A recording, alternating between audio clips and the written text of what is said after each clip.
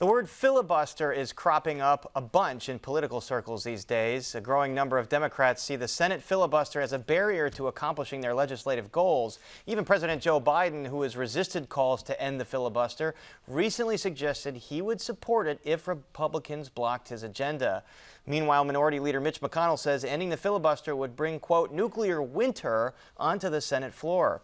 Joining us to explain what the filibuster is and how it could be changed is Gisela Sin, Associate Professor of Political Science at the University of Illinois. She has a background in legislative rules and procedures. Gisela Sin, thank you so much for joining us. And first, remind us, what exactly is the filibuster? Hi, Pari. Thanks for inviting me here. So the filibuster, technically, is any action that delays the vote on a piece of legislation. And it can be done in different ways, but the most common technique we know about it is the one used by senators who can keep talking to avoid a vote. Now, the second question is, how do we end that delay? And in the Senate, we end the debate through a cloture rule, which is an internal rule of the Senate that needs 60 votes to be successful. So this is something written in the internal rules of the Senate, which are adopted by the senators themselves. And the filibuster is not part of the Constitution, and it has nothing to do with the founding fathers' idea of the Senate being this slow-moving body. So 60 votes are needed for the cloture, although the filibuster has evolved over years to the point where it's been used a lot under Presidents Obama and Trump. They become more common. Let's hear from Senator Ted Cruz in 2013, famously reading Green Eggs and Ham during a filibuster for Obamacare. Do you like green eggs and ham? I do not like them, Sam I am. I do not like green eggs and ham. You know, green eggs and ham has some applicability, as curious as it might sound, to the Obamacare debate. Gisela, we mentioned how it was used sparsely before Obama and Trump, and now it's used all the time to the point where most pieces of legislation pass on a party line or through reconciliation. Why has that been the case? Well, basically because of the polarization and the division of between the two parties. Filibuster has been able to endure for a long time, and this is because senators have chosen to maintain the filibuster at a time when they had the opportunity to change the rules. So, the filibuster provides individual senators with leverage and bargaining power. So even the threat of a filibuster can get senators some concessions from the opposition, from the House, from the president, and it also increases the visibility of a particular senator or brings an issue to public attention. But it also helps the majority party. McConnell could have gotten rid of the filibuster if he really wanted it, but for majority leaders, because they need to secure 60 votes to end debate, helps them to shift the blame to the minority party for inaction on issues that the majority party as a whole cannot agree on. So,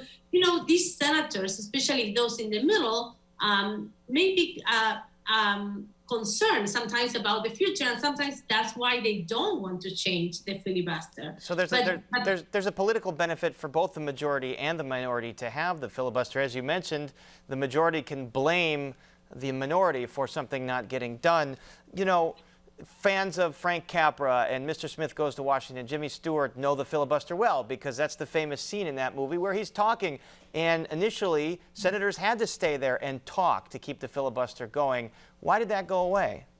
Well, that change is very interesting. That change around the 60s. And, before the 1960s, the filibuster was a true game of exhaustion. So on one hand, when you had the minority, which was required to hold the floor by continuously speaking. This meant that the speaking senator had to literally stand at his desk and talk constantly without taking any breaks or even moving about in the Senate chamber. But at the same time, the majority had to ensure that they had enough senators on hand to form a quorum at a moment's notice.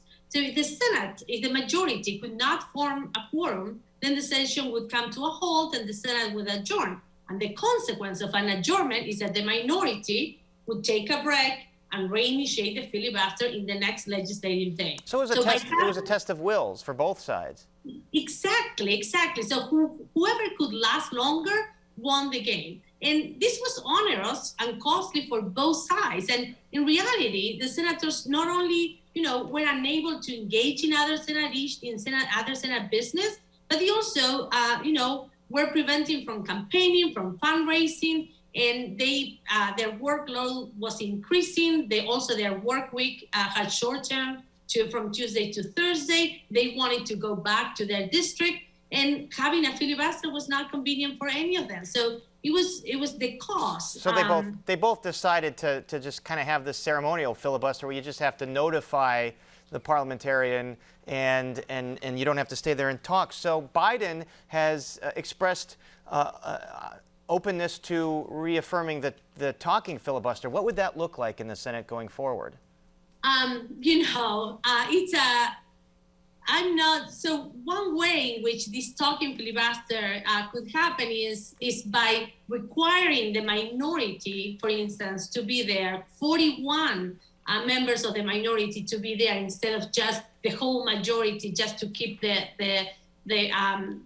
Senate from adjourning. And this could happen, although it might not. They could change different things. They could, for instance, change the Senate rule, which is Senate Rule 22, but this, of course, can be filibuster. And another way they could do is to change the precedent. And this is the way they have changed the rules or the filibuster before. And this is basically, they establish a new precedent of how they interpret the rule. This is what many people call the nuclear option or reform by ruling, which is basically when a simple majority of senators can establish a new interpretation of a Senate rule. So, and this is how they changed the number of votes needed to end the debate on nominations to the judiciary and the bureaucracy in 2013 under the Democrats.